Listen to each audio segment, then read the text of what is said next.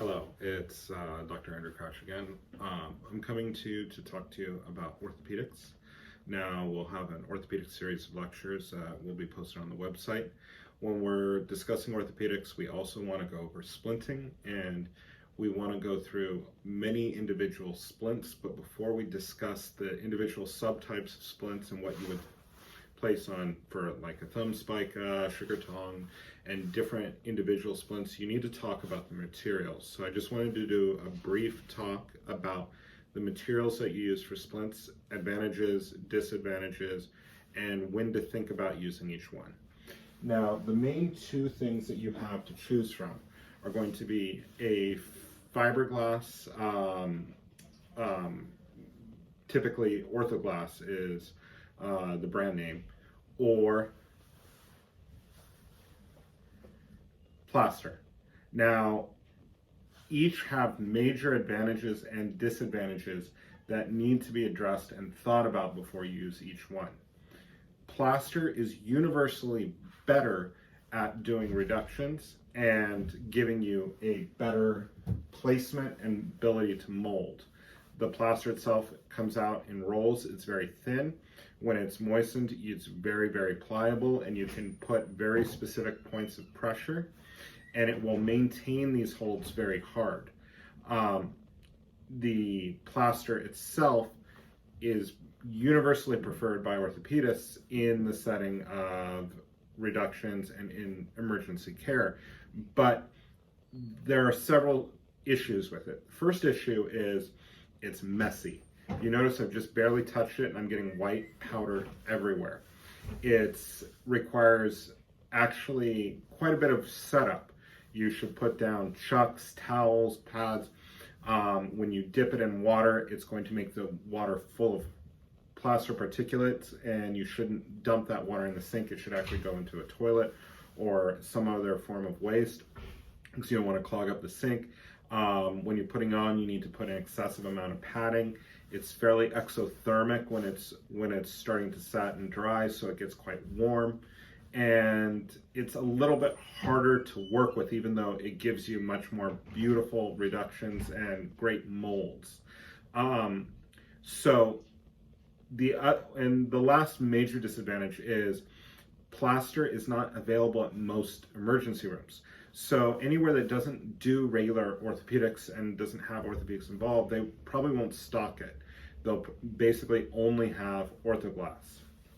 Now, Orthoglass is going to be this cotton polyester sheath that is surrounding some fiberglass. On the inside, there's a fiberglass here, and it comes in an easy to use long roll. You just cut out however much you need.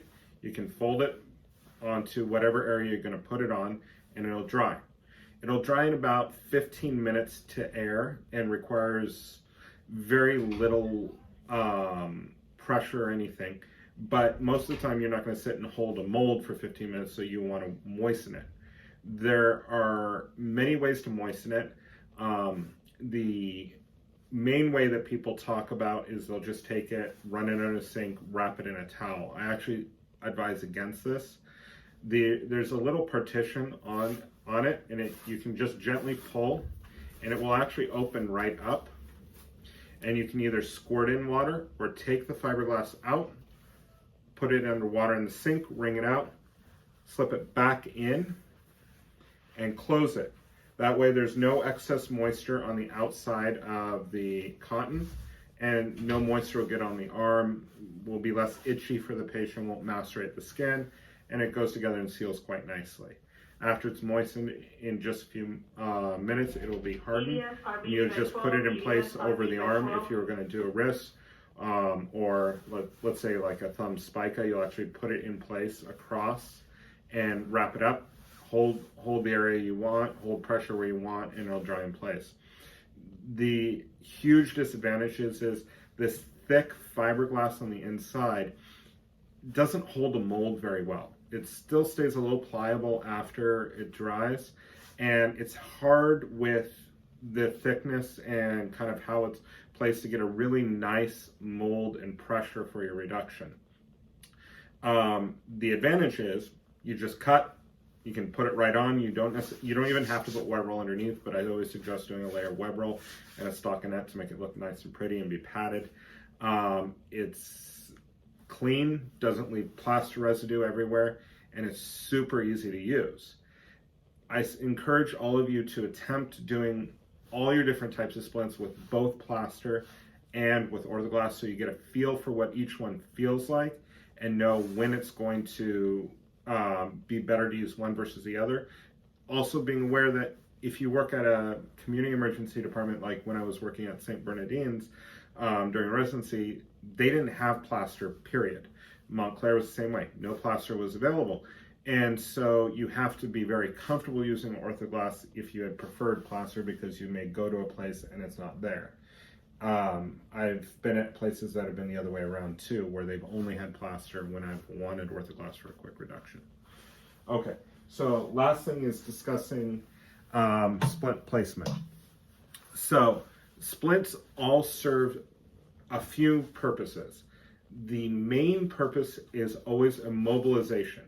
They're going to extend across a fracture, and typically across the joint above and the joint below, to immobilize the area to prevent movement. And movement is the enemy of the bone healing. The second is they're going to create padding. So we splint a lot of things that don't necessarily need to be immobilized, because they create kind of a protective barrier around the area. Remind the patient, don't use that arm, and pad it against getting hit. And the last is they will hold a reduction.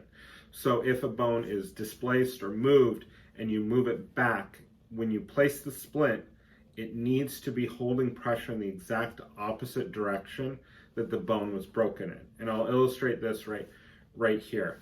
Now, just pretending that this joint right here is a fracture in a bone, like a Colles fracture when the wrist will go up. The bone, when it angulates, will create a V. When you're putting on your splint, you will do pressure in the exact opposite V. So if the apex is down here, your apex will be up here. So you're going to hold 3 points of pressure. So I'll flip it over to actually make it easier to illustrate. You're going to put pressure against it and over. So like that, to pull it and go. So there's 3 points of pressure, 1, 2, 3. Because the original fracture was like this, you're doing a 3-point splint and 3 points of pressure.